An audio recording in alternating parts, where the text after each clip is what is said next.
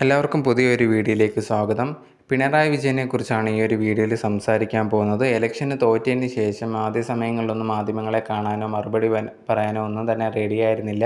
അതിനുശേഷം ഫേസ്ബുക്കിൽ ഒരു പോസ്റ്റ് ഇട്ടിട്ടുണ്ടായിരുന്നു, ഇത് എനിക്ക് തോൽക്കുമെന്നൊന്നും പ്രതീക്ഷിച്ചില്ല, ഞങ്ങളിതെല്ലാം മനസ്സിലാക്കിയിട്ട് ഒരു മെച്ചപ്പെട്ട രീതിയിൽ മുമ്പോട്ട് വരുന്നതായിരിക്കും എന്നുള്ള രീതിയിൽ ഒരു പോസ്റ്റ് ഇട്ടിട്ടുണ്ടായിരുന്നു. അതിൻ്റെ കൂടെ കുറേയധികം മാധ്യമങ്ങളൊക്കെ ഇത് ഞങ്ങൾക്കെതിരെ നിന്നു എന്നുള്ള രീതിയിലും കൂടി പറഞ്ഞിട്ടുണ്ടായിരുന്നു.